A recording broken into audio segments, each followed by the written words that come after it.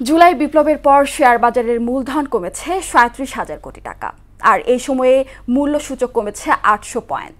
এই অবস্থায় পুঁজি হারিয়ে দিশেহারা লাখ লাখ ক্ষুদ্র বিনিয়োগকারী। এজন্য নিয়ন্ত্রক সংস্থা সিকিউরিটিজ অ্যান্ড এক্সচেঞ্জ কমিশনের ব্যর্থতাকে দায়ী করছেন বাজার সংশ্লিষ্টরা। রেজা খানের প্রতিবেদন।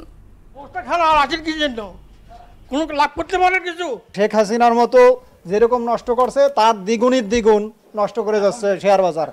এখন তার চাইতে বেশি যাচ্ছে। ১০০ টাকা শেয়ার কেন ৩০ টাকা? লাগাতার পুঁজি হারিয়ে এভাবেই ক্ষোভ জানান অনেক বিনিয়োগকারী। শেয়ার বাজারের পরিস্থিতি কোনো সমাধান নাই, এটা কেমন লজ্জাজনক ব্যাপার না?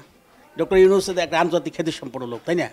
তার সারা বিশ্বে তার সুনাম আছে, কিন্তু বাংলাদেশের ইন্টারনাল পরিস্থিতিকে সে অবজ্ঞা করে কেন? তলানিতে বাজারের অবস্থা ভালো না। গেল বছরের আগস্ট মাসে ডিএসইর বাজার মূলধন ছিল ৭,১,০১,৭৮,৬২,৬২,০০০ টাকা, আর এখন তা দাঁড়িয়েছে ৬,৬৩,৪৫০,১৪,০০,০০০ টাকায়। এই সময়ে মূলধন কমেছে প্রায় ৩৭,৫০০ কোটি টাকা। শেয়ার মার্কেটে যে একটা আস্থা আছে, সেই আস্থাটা এখন পর্যন্ত আনতে পারেনি। এই মার্কেটে আর নতুন করে কোনো বিনিয়োগকারী তো আসবেই না। আর গেল আগস্টে ডিএসইএক্স সূচক ছিল ৫,৭৭৮.৬৩ পয়েন্ট, তা বর্তমানে এসে দাঁড়িয়েছে ৪,৯৭২.৫৯। এই সময়ে সূচক কমেছে ৮০০ পয়েন্ট। গেম তো আগে আরো ১৫ বছর আগের থেকেই চলতেছে। এই গেম খেলা যে কবে শেষ হবে?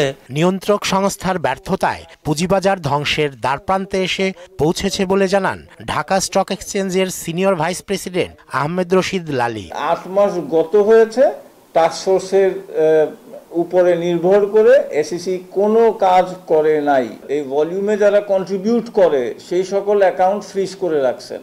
এখন ওই লোকগুলা, ওই বিনিয়োগকারীরা জানেই না ৮ মাস হয়ে গেল যে কেন আমার অ্যাকাউন্ট ফ্রিজ হয়েছে। বিনিয়োগকারীদের স্বার্থ সংরক্ষণ ছাড়া শেয়ার বাজার বাঁচানোর বিকল্প নেই বলেও জানান তিনি।